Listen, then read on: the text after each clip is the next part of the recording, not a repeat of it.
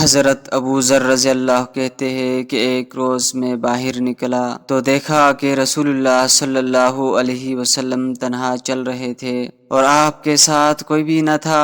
آپ کہتے ہیں کہ اس سے میں سمجھا کہ حضرت صلی اللہ علیہ وسلم اسے پسند نہیں فرمائیں گے کہ آپ کے ساتھ اس وقت کوئی رہے، اس لیے میں چاند کے سائے میں حضرت صلی اللہ علیہ وسلم کے پیچھے پیچھے چلنے لگا۔ اس کے بعد آپ مڑے تو مجھے دیکھا اور دریافت فرمایا، کون ہے؟ میں نے عرض کیا، ابو ذر، اللہ مجھے آپ پر قربان کر دے۔ آپ صلی اللہ علیہ وسلم نے فرمایا، ابو ذر یہاں آؤ۔ بیان کیا، پھر میں تھوڑی دیر تک آپ کے ساتھ چلتا رہا۔ اس کے بعد آپ نے فرمایا کہ جو لوگ دنیا میں زیادہ مال و دولت جمع کیے ہوئے ہیں، قیامت کے دن وہی خسارے میں ہوں گے سوائے ان کے جنہیں اللہ تعالیٰ نے مال دیا ہو اور انہوں نے اسے دائیں بائیں آگے پیچھے خرچ کیا ہو اور اسے بھلے کاموں میں لگایا ہو۔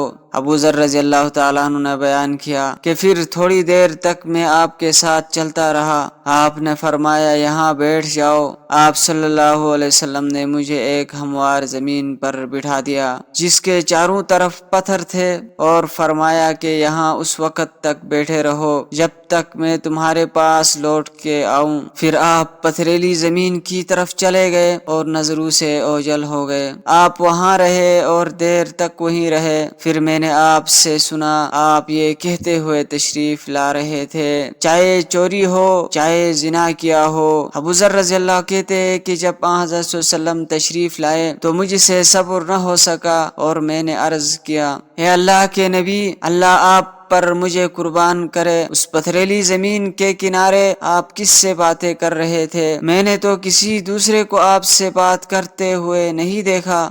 آپ صلی اللہ علیہ وسلم نے فرمایا کہ یہ جبرائیل امین تھے۔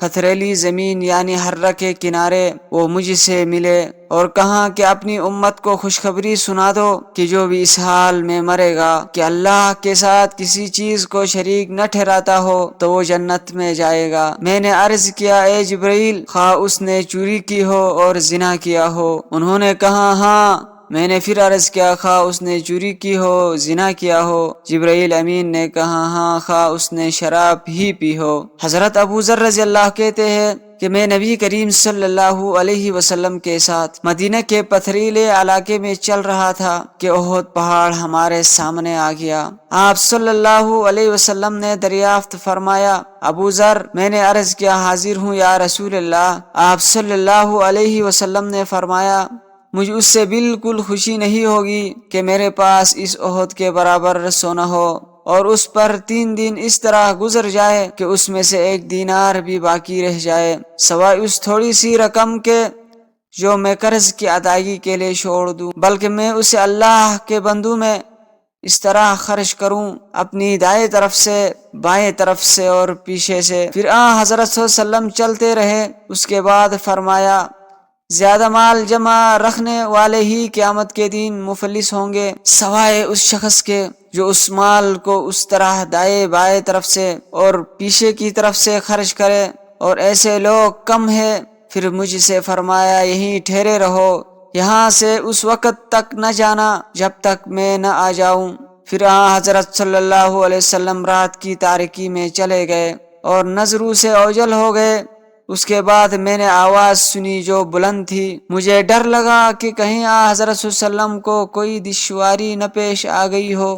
میں نے آپ کی خدمت میں پہنچنے کا ارادہ کیا، لیکن آپ کا ارشاد یاد آیا کہ اپنی جگہ سے نہ ہٹنا جب تک میں نہ آ جاؤں۔ چنانچہ جب تک حضرت صلی اللہ علیہ وسلم تشریف نہیں لائے میں وہاں سے نہیں ہٹا۔ پھر آپ صلی اللہ علیہ وسلم آئے۔ میں نے عرض کیا، یا رسول اللہ، میں نے ایک آواز سنی تھی، مجھے ڈر لگا، لیکن پھر آپ کا ارشاد یاد آ گیا۔ حضرت صلی اللہ علیہ وسلم نے دریافت فرمایا، کیا تم نے سنا تھا؟ میں نے عرض کیا، جی ہاں۔ فرمایا کہ وہ جبرائیل امین تھے۔ انہوں نے کہا کہ آپ کی امت کا جو شخص اس حال میں مرے گا کہ اس نے اللہ کے ساتھ کسی کو شریک نہ کیا ہو تو جنت میں جائے گا۔ میں نے پوچھا، خواہ اس نے زنا اور چوری بھی کی ہو؟ انہوں نے کہا ہاں، زنا اور چوری ہی کیوں نہ کی ہو۔